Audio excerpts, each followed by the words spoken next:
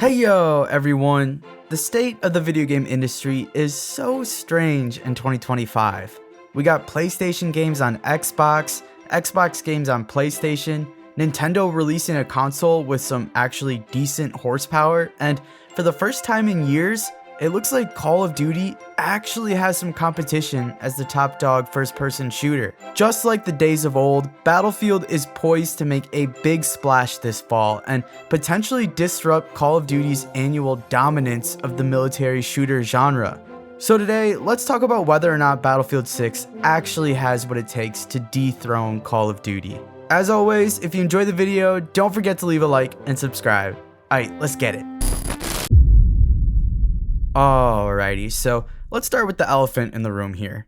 That Black Ops 7 trailer was pretty god-awful, right? Oh my god, bro. Oh, hell no, man. What the fuck, man? Get your ass. I mean, it's produced well, but the actual content of the trailer is enough to make a grown man cry, and not in a good way.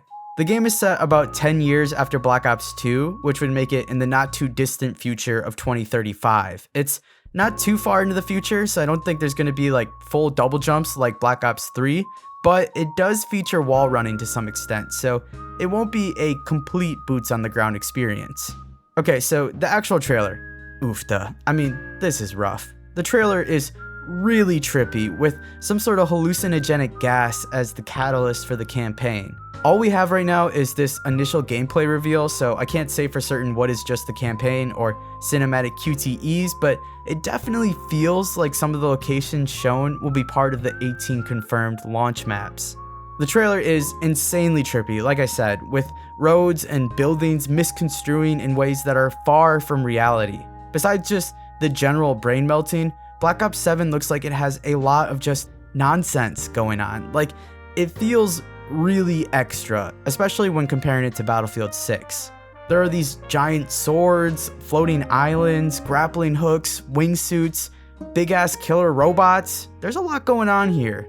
To really put the cherry on top though, the trailer ends with the pre-order bonus skins, which are just as horrifying as you can imagine. Look, I don't want to be a hater. I love Call of Duty, man. I really do, but how can you possibly compare Black Ops 7 with Battlefield 6 and not feel overwhelmingly disappointed in COD? We are witnessing the full Fortnite-ification of Call of Duty in real time. What happened to that realistic military sim that Call of Duty built its reputation on? Sure, it was never as realistic as maybe some other games out there, but it at least felt like a military sim instead of, whatever the hell this is supposed to be. A lot of the community, including myself, are really starting to feel burnt out.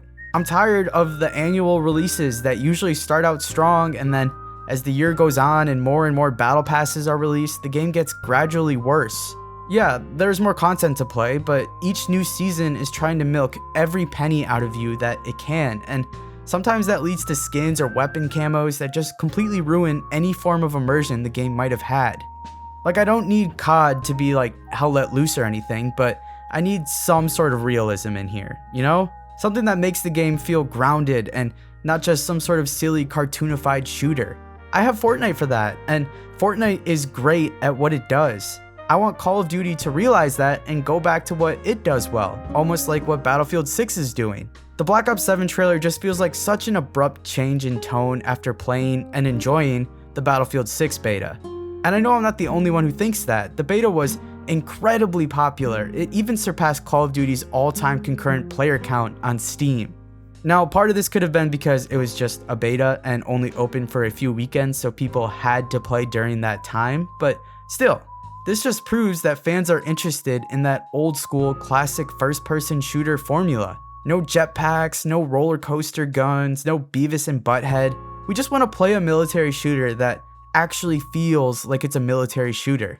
After playing the Battlefield 6 beta, it really hit home to me just how far away we've drifted from what made COD and these other military sims so popular in the first place. Games that make you feel like a soldier who's been dropped into the middle of the action, not some Ready Player One bullshit where I'm running around with wacky crossover. Now, I'm not saying that Battlefield can replace COD or vice versa. Both franchises have their own unique quirks that make them special, but I genuinely think there's a good chance that Battlefield could outsell Call of Duty this year.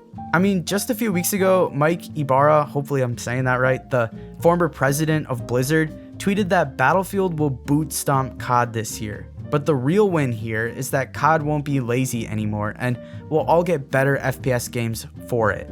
And yeah, I think he's right.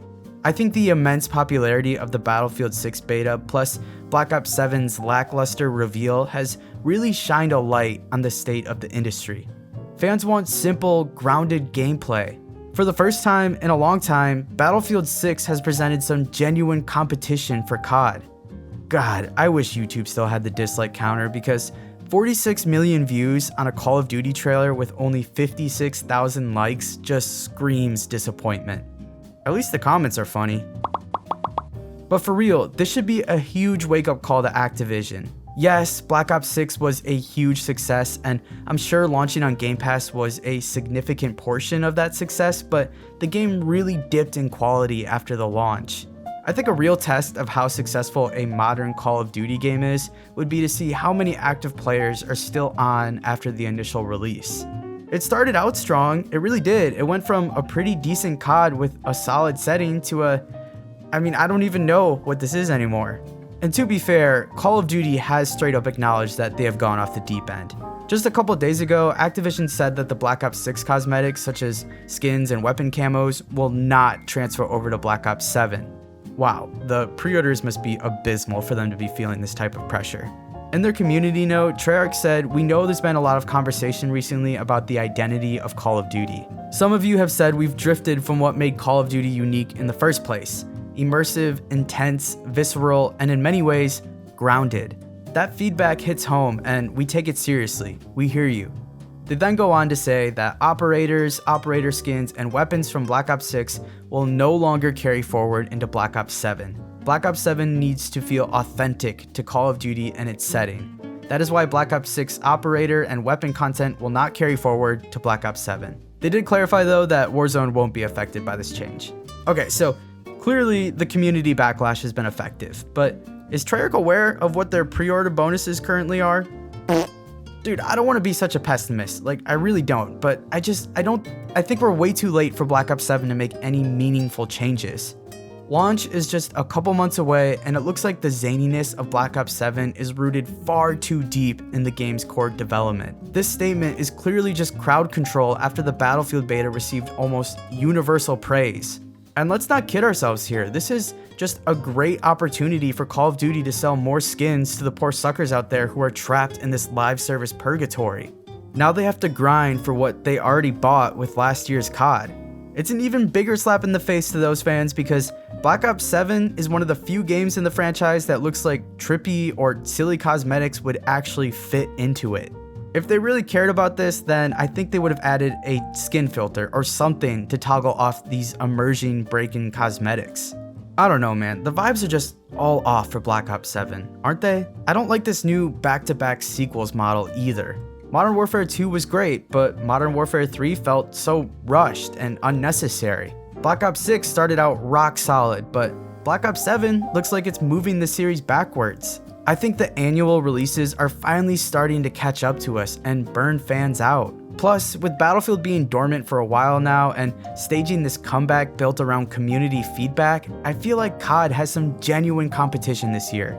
And you know what? I hope Battlefield wins. I really do. It probably won't because as much as Twitter or Reddit or losers like me complain about this stuff online, Call of Duty always dominates the sales charts. But that doesn't mean Battlefield can't at least shake their confidence.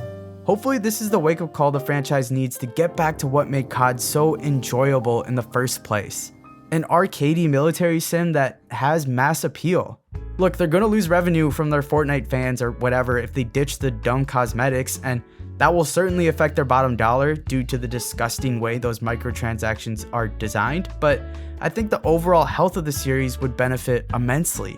I know a lot of the money is in those battle passes, but can we at least make them fit the tone of the game? I don't know, I feel like the series just needs a reset, man. Just something to cleanse the palate after years of drifting further and further away from the franchise's identity. I mean, I don't even know what COD is supposed to be anymore, if I'm being honest. But then again, who gives a shit what I have to say, right? I want to know what you guys think. What are your thoughts on Black Ops 7? What did you think of their knee-jerk reaction to how the community embraced Battlefield 6? What do you think of Battlefield 6? Do you think it has a chance to actually outsell Call of Duty? I'd love to hear all of your thoughts down below in the comments. If you enjoyed the video, don't forget to leave a like and subscribe. I appreciate you guys as always, and I'll catch you in the next one.